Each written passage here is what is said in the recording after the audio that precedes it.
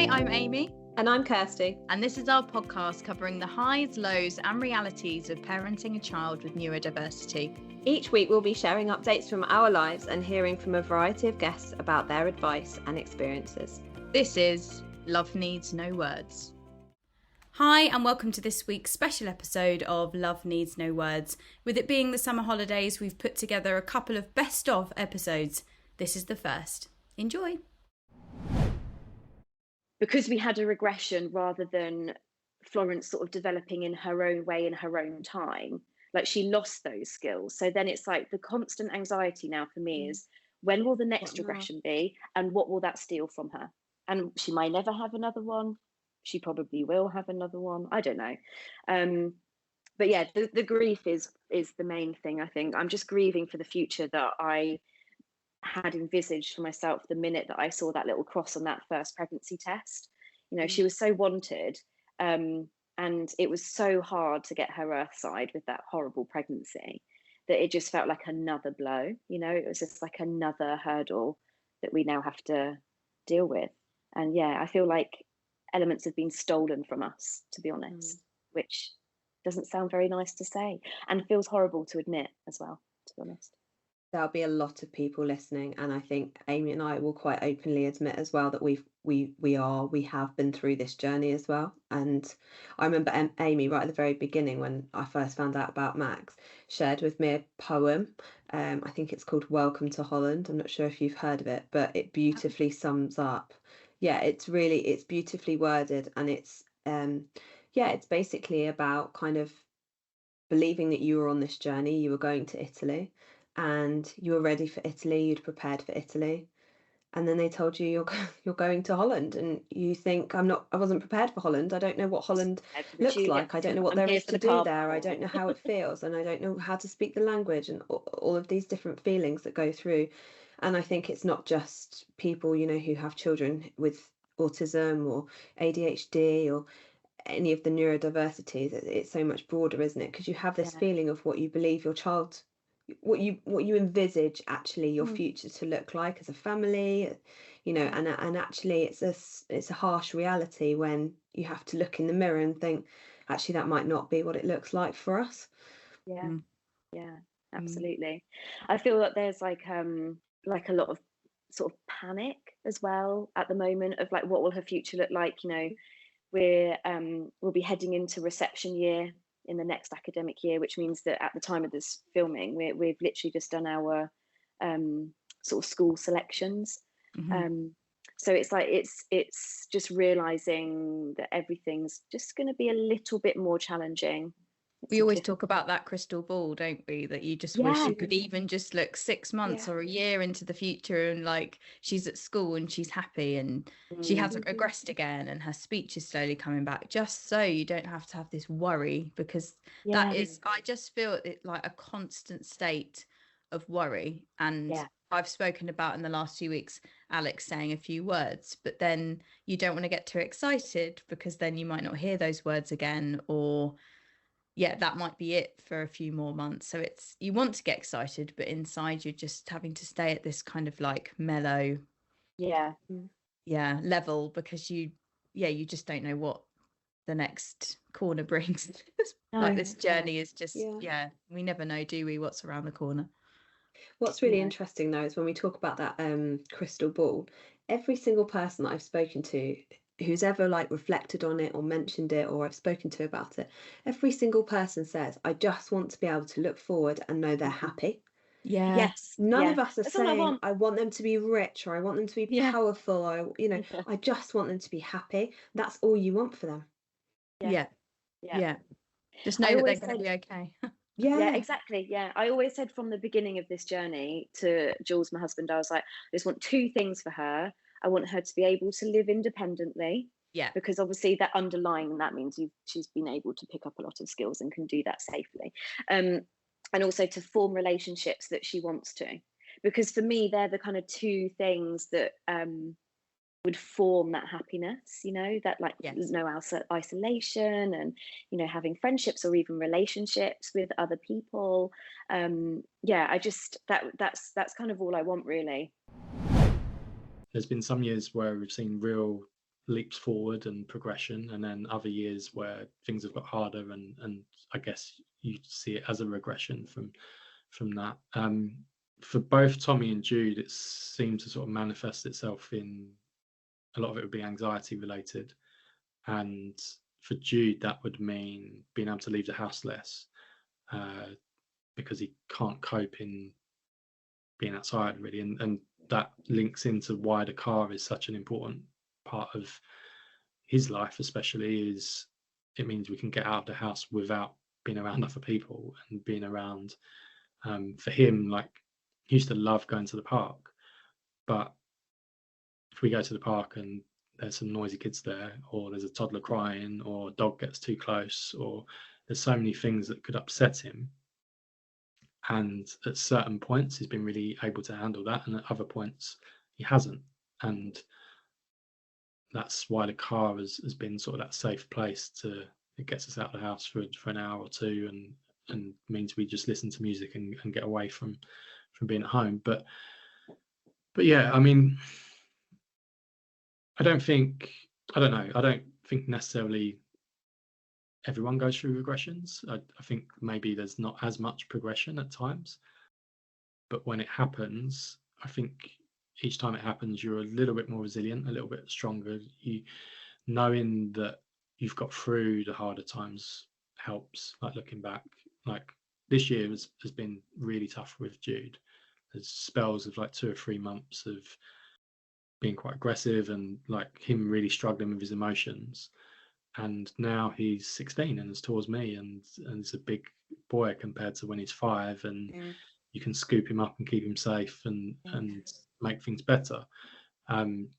So yeah, there was a lot of hard times, and I could look back and think, okay, there's been times where we've felt this low before and felt like things are too impossible, and we got through them. And it might take a day, a week, a month, but you know, things don't stay the same forever. And that helps, I think, being able to reflect on that. So, you know, your boys are 4. I'm sure you've already had different challenges to deal with, different emotions to deal with, be that around them themselves or around support or diagnosis, and all those things. It's like each step as they go older, we're about to go into adulthood, and I'm sure there's going to be fights for support there, and you know what happens after school at 19, and I just feel as time goes on, it can be exhausting, but it can also give you that strength to deal with the harder times. Yeah, and confidence to know that it's kind of phases as well that they're going through, that it's not going to be something that you're going to, that particular behavior or that particular circumstance isn't going to be something that's going to be your reality forever, because it is really, really difficult. And I genuinely think everyone listening to this podcast will have something that is affecting them, that they'll think, oh my goodness, this is so difficult and so hard, and I can't see light at the end of the tunnel. But I guess the message is actually, no, there is, like, and there might be other things, but no one thing's going to last forever. I've been there many times and felt those feelings and felt oh my god, like, what do we do if this is every day forever? Like, I can't see how we get past this. I can't see how Jude or Tommy get past it and have a happier life, a better life, and they have. And it doesn't mean there aren't hard days and hard weeks, but it also means that I know when we are having those times that it can get better again. I could, be in the garden and you could just give me a couple of flowers and a leaf or something. I've been running up and down the garden, singing away, doing whatever at my own kind of pace. And my mum would always just be like, I don't know what she's doing, but she seems to be having a good time. So, but then what would end up happening is any sort of change or anything like that would just set me off completely. Obviously my mum and dad used to refer to them as tantrums. Now I know that the tantrums and a meltdown are very, very different things. Definitely wasn't controllable, which I knew. But going into school, I think it was very overwhelming for me, definitely. The classroom was very busy.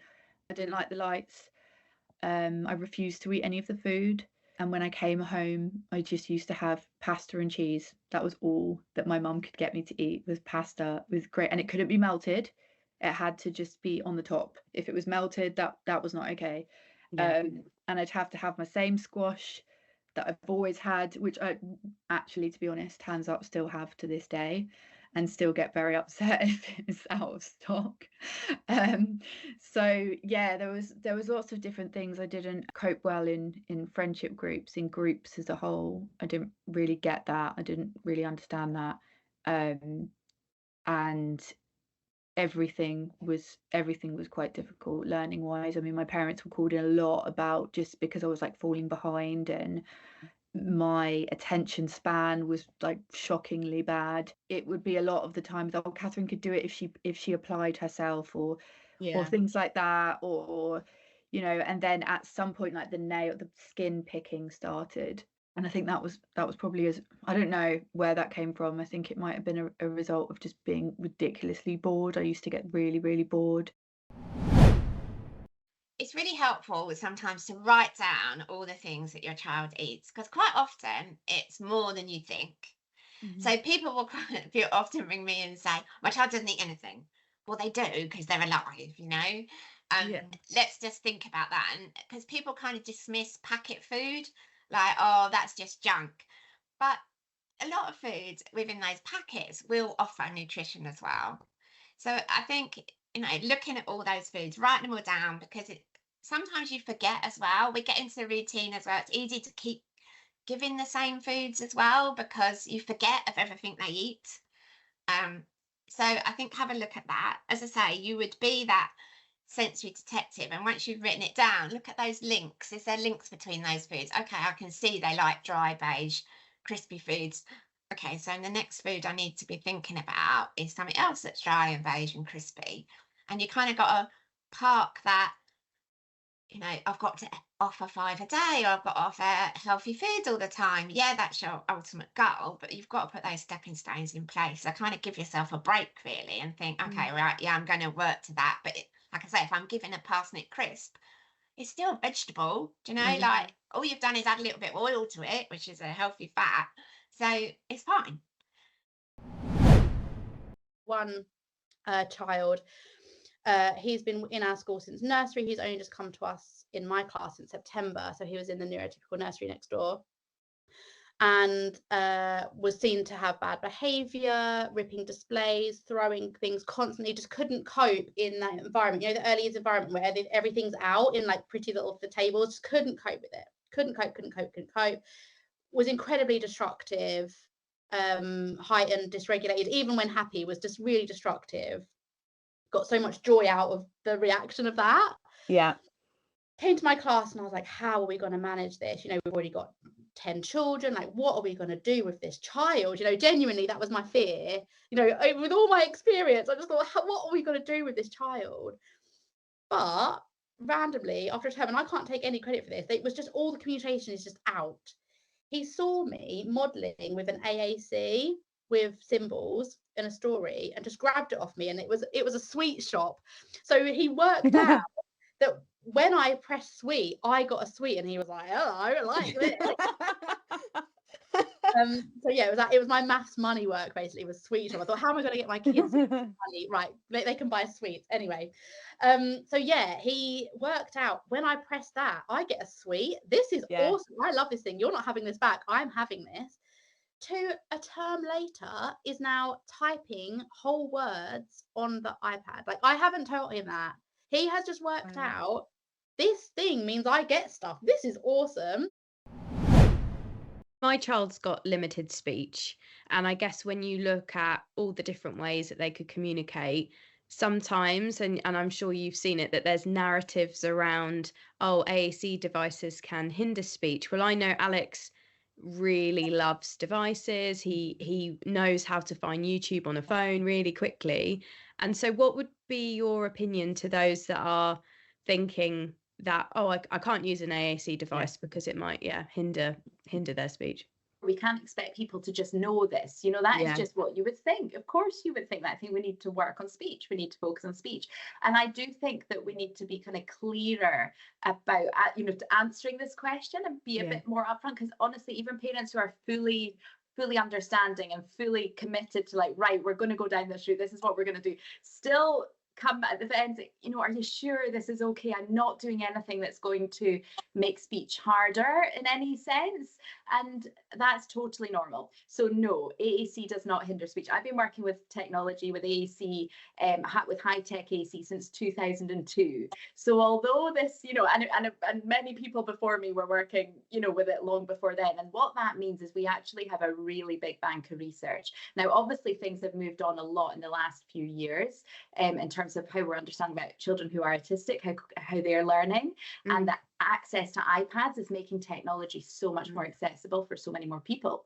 But actually, the research is absolutely established. There's no argument that AAC does help speech. It encourages speech, it supports speech, it does not hinder speech. If that's going to be possible for a child, if it's going to be possible for them to learn more speech and learn to speak, then AAC will make that more likely, and it'll make it more likely that they can use their speech in a way that works best for them as well, and make that easier for them.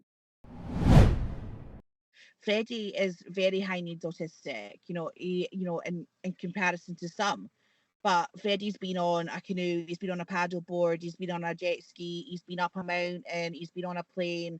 And listen, none of that's easy. Can I just say, like, it's not just like, oh yeah, we just take him and do this. Like, but he deserves the life experiences too. And I think that all the life experiences have just helped. You know, they've just helped him in been down different areas, like different settings and sceneries, and being around different people. You know, it's not easy. Like taking him out on the water, it's you know, it's dangerous for one, but he absolutely loves it, and you've just got to try and manage it. And even the plane is a nightmare. The last time we were on the plane, Freddie literally shat on the seat before we'd even taken off. You know, nobody wants to smell that. You know what I mean? Like nobody wants to be around that. Like I was boking, like literally on the plane. But it's like, who cares? Do you know what I mean? Like I'm the kind of person that's like, I don't care. Like that's it and it's done. Yeah, it's stressful and everyone's staring and looking, but you're not going to see them again. You know, like you just like just sit down and get on with, you know, get a wine and just get on with your flight. There's nothing, there's literally nothing bad is going to happen for that. You know, that happening. And on holiday it is a bit of a nightmare sometimes. He tries to, you know, drown himself, you know, don't like that is something he tries to do, but we just put kind of two, like a double layer protection. So he's got the wee swim bands and he's got this, so if he unzips this he's still got his bands. And you know, you just got to try your hardest for, you know, you've still got a life, you're still a person, you know, like you're still allowed to have fun and still be sad that is, you know, the fun that you've got to have. It's true. Most airlines will allow you to take extra checked bags. So, for example, when I'm flying with Jesse, I can call my airline and say, you know, explain sort of his diagnosis and his needs, and they will give you another bag free of charge. So that allows me to pack like some of his safe foods, like medication, things like that you would otherwise maybe stress about how you're going to fit it all in with your clothes and everything else. But yeah, if there's things like safe foods or even like teddies or toys or, you know, whatever it is to them that keeps them and makes them feel safe, then you're able to take that extra luggage. But you just have to call and check. That's great. I had no idea about any of those things. It already feels like the pressure's taken off a little bit. And also the boarding last, that was a big fear of mine, is that Alex would sit there and start to get really stressed out and think, where are we, what, you know, where actually if we can board last, that just takes that pressure off completely. So all we do when we travel, we do call ahead and explain all of this, but then I also find that sometimes that isn't always filtered to the staff on the day. So all I do is when they call for priority boarding, I just go up and I explain, we're actually going to board last, is that okay? And like, that's fine. What I would say, that only tends to work though if you're doing long haul, because you have the allocated space in terms of like overhead lockers and and things like that. Obviously, if you're flying short haul, it tends to be a bit of a fight, doesn't it, for overhead space? And the last thing you want is to get on last and there be no space for your bags, and then you might have to check them and stuff like that. So I would say maybe take that advice if you're going long haul, but if you're going short haul, it might benefit you to get on first. And I have seen, and I think this does vary per airline, so you'd have to check this, but I have seen, if you are traveling, for example, we're a family of 4, so mum, dad, 2 kids, like James would go ahead sometimes and ask, we'd go up together as a family, and he'd say, can I go on and put everything away and get their seats ready, and they get on last? As long as they see that you are as a family, they tend to say yes. So I would then stay back with Jesse and allow him to still have his space and things like that. James would go on, put all the bags up, get their seats ready, get the, maybe their snacks laid out or their toys, like fidget toys and stuff, laid out. And then we'd get on. So sometimes that works, but it's so airline dependent that you have to almost check every single time. I think finding a sense of purpose and that they feel valued is really critical when they get older. And I see a lot of Connor's friends or people we knew that were at his school really struggling, and it really breaks my heart. And I just think, that's something, if I ever could campaign about, would be for employability to be better, and for these young people to get into employment of some kind where they feel valued and have a sense of purpose. And I just think it's such a terrible waste. There's such a high percentage not doing anything, and it's just not good. So, and they're so capable if they've got the right support. They really are, absolutely. And keep a sense of humour. That does help, doesn't it? Can laugh about the awful things, because it does help.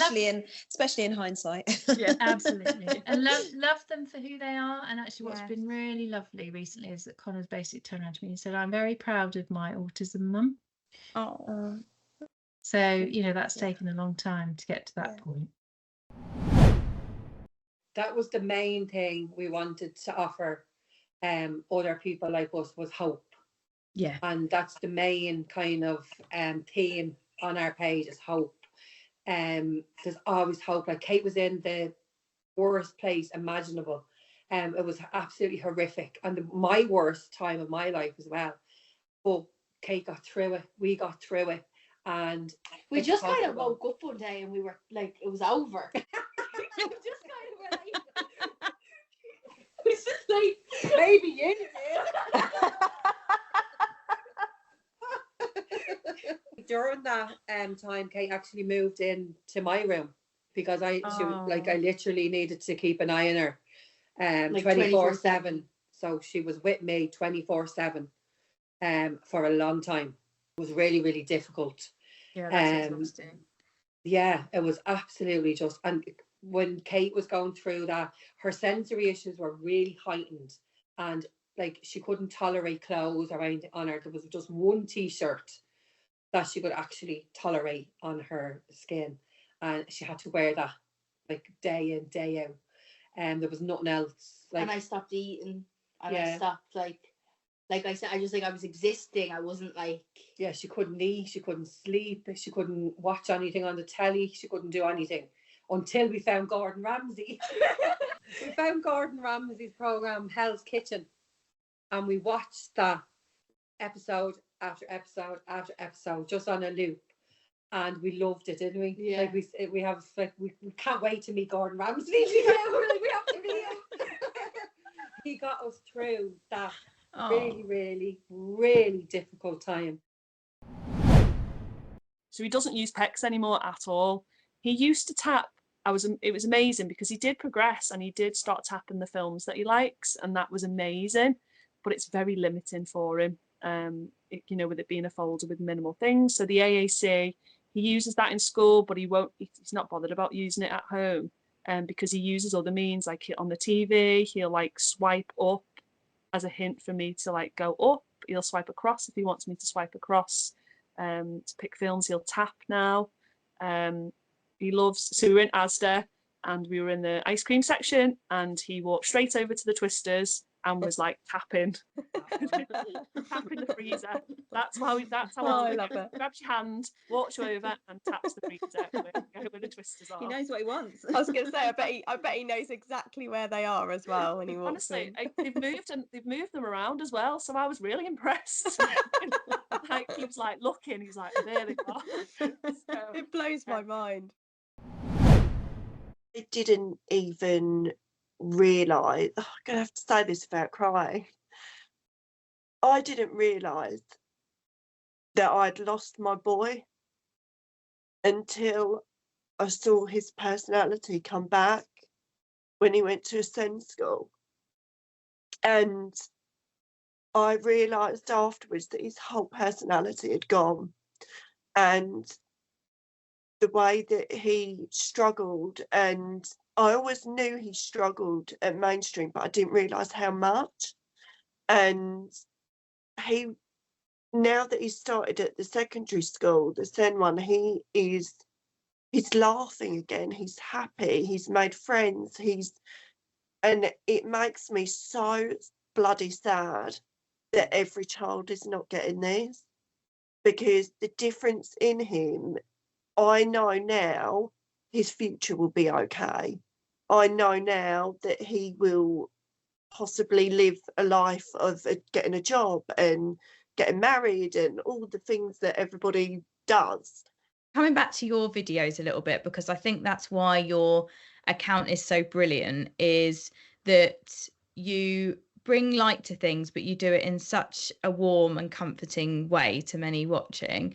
And I think some of my favorites is when you first of all mimic comments about what people say to you about your child, because I think anyone watching those will feel real comfort in that. But then when you started discussing Finn's lunchbox, that just absolutely got me, because it's so relatable.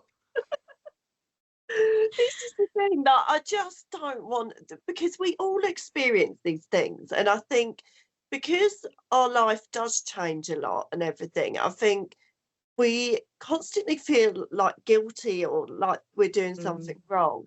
And so Finn with his lunchbox, he demanded to have this lemon every day and eat it like an apple, basically.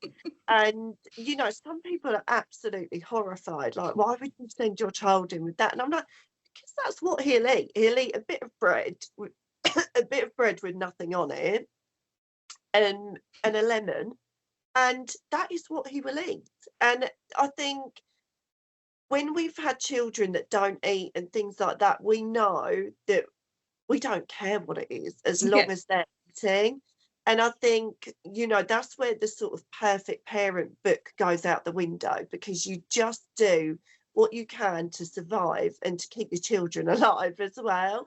And, it means, and it's all about picking your battles and things like that as well. And the amount of times that, we've walked around Tesco's with Poppy with no shoes on and things like that. And it's like, do you know what? Does it really matter? Because she's not harming anyone.